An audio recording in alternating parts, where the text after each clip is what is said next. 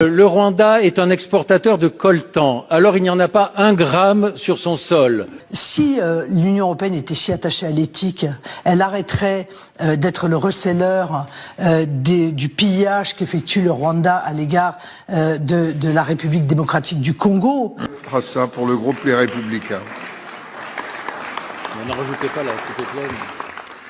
Merci Monsieur le Président. Ma question s'adresse à Monsieur le Ministre de l'Europe et des Affaires étrangères. Monsieur le Ministre, depuis plus de 30 ans, le conflit qui ensanglante la région du Kivu et plus largement l'Est de la RDC ne cesse de préoccuper la communauté internationale sans pour autant qu'elle prenne une position claire et sans ambiguïté.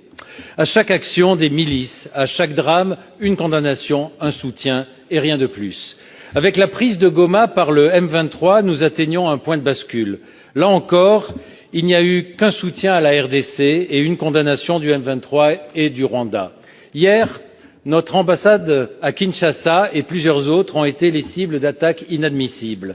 Pour autant, ces actes condamnables en disent long sur la perception par l'opinion locale de l'inaction de la communauté internationale face aux crimes de guerre commis en République démocratique du Congo. Alors, n'est-il pas temps, Monsieur le Ministre, d'aller au cœur et au fond du problème, c'est-à-dire de prendre enfin des sanctions ciblées contre le M23 et surtout contre les deux pays qui le soutiennent et l'arment depuis bien trop longtemps, à savoir l'Ouganda et le Rwanda. Monsieur le ministre de l'Europe et des Affaires étrangères, pour répondre à la question, Monsieur Barrot. Monsieur le Président, Mesdames et Messieurs les sénateurs, Monsieur le Sénateur, avec vous, je veux rendre hommage aux agents et aux diplomates de notre poste à Kinshasa qui a été pris d'assaut hier, dont un des bâtiments a été incendié, ce qui me permet de rappeler qu'ils sont bien souvent en première ligne pour défendre nos intérêts dans des situations extrêmement difficiles et que leur engagement, leur dévouement et leur courage forcent notre admiration et notre respect. S'agissant des événements que vous évoquez à l'est de la République démocratique du Congo, la France condamne fermement l'offensive menée par le M23 et soutenue par les forces armées rwandaises. Elle porte atteinte à l'intégrité territoriale et à la souveraineté congolaise. Elle aggrave une crise humanitaire qui est d'ores et déjà la deuxième, la plus grave sur toute la planète, en ayant provoqué depuis le début de l'année plus de 400 000 déplacements de population, après les 2 millions de personnes déplacées l'année dernière, et en mettant à rude épreuve les forces onusiennes, la MONUSCO qui sur place protège les populations civiles et dont 3 casques bleus ont d'ores et déjà payé de leur vie leur engagement au service de leur protection. Dans ce contexte, la France se mobilise. Le président de la République ces derniers jours s'est entretenu avec les 2 chefs d'État ainsi qu'un certain nombre d'autres dans la région pour créer les conditions du rétablissement du dialogue. Au Conseil de sécurité des Nations Unies, nous avons soutenu la République démocratique du Congo dans sa demande d'organiser 2 réunions d'urgence et nous avons porté une déclaration dans laquelle les agissements du M23 soutenus par les forces armées rwandaises sont condamnés ouvertement et sans aucune forme d'ambiguïté. Et avant-hier à Bruxelles, c'est sous notre impulsion que la haute représentante de l'Union européenne a à son tour condamné cette offensive et appelé à un cessez-le-feu immédiat.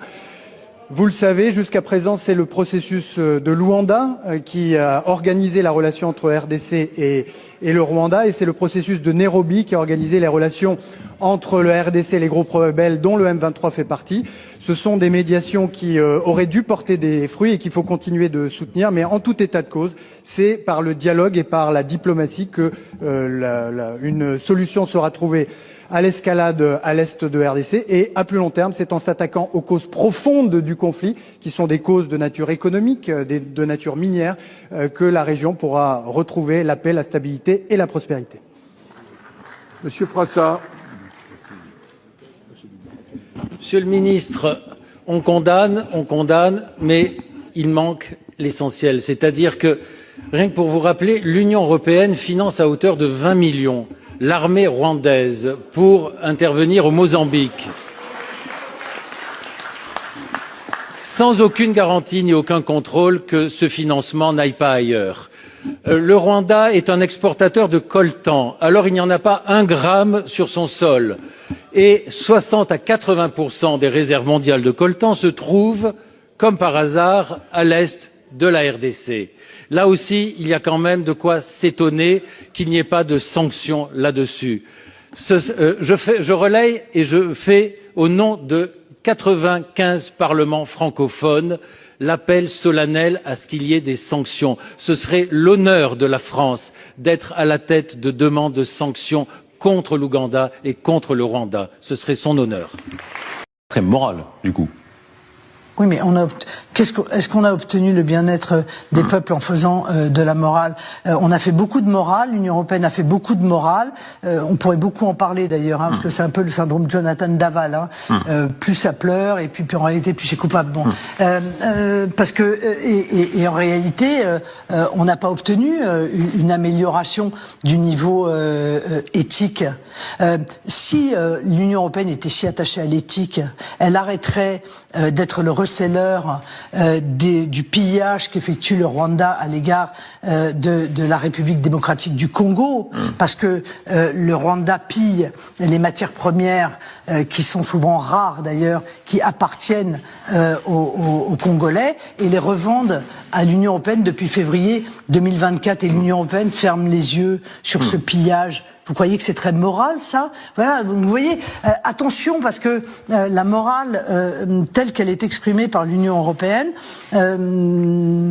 est parfois assez contestable. Question concrète encore sur Mayotte, puisque